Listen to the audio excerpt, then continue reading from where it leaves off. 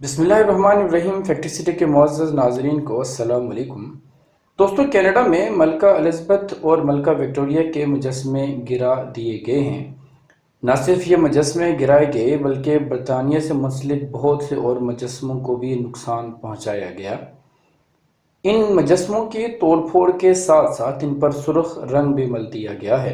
اس کے ساتھ ساتھ برٹش نیوی کا ایک کپتان جیمز کک بڑا معروف شخص، اس شخص کا ورلڈ میپ بنانے میں بڑا اہم کردار رہا ہے۔ مختصر یہ کہ بڑی منفرد شخصیت کا مالک تھا۔ کینیڈا میں اس کا مجسمہ بھی موجود تھا جس کو اکھاڑ دیا گیا اور سمندر کی نظر کر دیا گیا ہے۔ کینیڈا میں اس طرح کا ریئیکشن کیوں آ رہا ہے، یہ بڑا سوال ہے۔ غم و غصے کی اس لہر کی ایسی کیا وجہ ہے، جانیے ہماری آج کی ویڈیو میں۔ اس سال یعنی مئی 2021 سے آج تک اس قلیل مدت میں کینیڈا میں موجود 3 بورڈنگ سکولز میں سے بچوں کی بے نامی قبریں ملی ہیں۔ ان قبروں کی تعداد بہت زیادہ ہے۔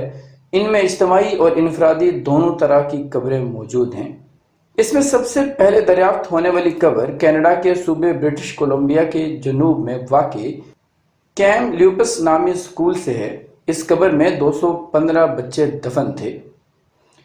دوسری دریافت ساسکیچوان صوبے میں سابق ماربل انڈین ریزیڈنشل سکول میں ہوئی، جہاں پر 751 قبریں ملی ہیں۔ اس میں اجتماعی اور انفرادی دونوں طرح کی قبریں شامل ہیں، جبکہ حالیہ دریافت برٹش کولمبیا کے ایک اور بورڈنگ سکول میں ہوئی۔ اس میں بھی اجتماعی قبر کی خبر ہے، جس میں 182 بچے اور بچیوں کی اجتماعی قبر ملی ہے۔ لگ بھگ ہزاروں ایسے بچوں کی قبریں مل چکی ہیں۔ یہ واقعہ کیا ہے، یہ بچے کون ہیں، ان کو کس نے مارا، کس نے دفنایا، اس کے اوپر ایک ریئیکشن آ رہا ہے، جس کی وجہ سے مجسمے گرانے، ان کی توڑ پھوڑ اور یہ سارا معاملہ جاری ہے۔ ایک اندازے کے مطابق کینیڈا میں ایسی 6000 قبریں موجود ہو سکتی ہیں، مگر حالیہ دریافت اور محض 3 سکولوں سے اتنی بڑی تعداد میں قبریں ملنے کی وجہ سے اندازہ لگایا جا رہا ہے کہ قبروں کی تعداد 6000 سے کافی زیادہ ہے۔ یہ بورڈنگ سکول تھے کیا؟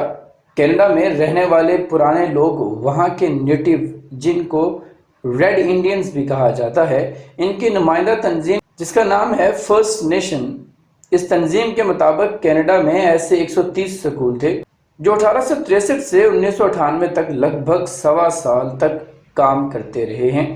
یہ سکول وہاں کے قبائلی بچوں کو اٹھا لیتے، زبردستی ان سکول میں لے جاتے اور وہاں رکھ کر ان کو پڑھاتے۔ یہ سکولز کیتھولک چرچ کے زیر انتظام کام کر رہے تھے۔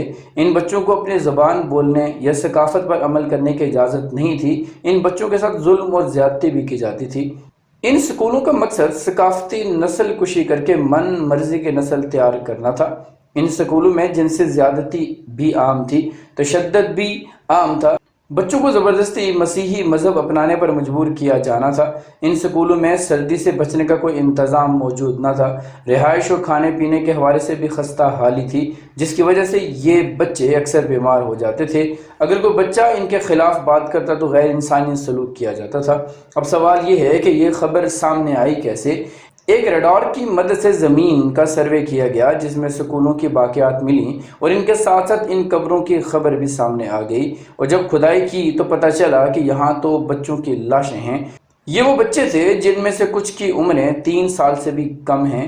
ظلم و جبر کی اتنی سفاکانہ داستان ڈھونڈنے نہیں ملتی۔ دوستو، یہ ان لوگوں کا چہرہ ہے جو ترقی یافتہ اور مہذب کہلاتے ہیں۔ ان لوگوں نے اپنے سلطنتوں کو کیسے بنایا، یہ ایک سوالیہ نشان ہے۔ ملتے ہیں اپنی اگلی ویڈیو میں کسی نئے ٹاپک کے ساتھ۔ تب تک اپنا اور اپنے سے منسلک تمام لوگوں کا خیال رکھیے گا، اور آخر میں ویڈیو کو لائک، شیئر اور کمنٹ ضرور کیجیے گا۔ فی امان اللہ۔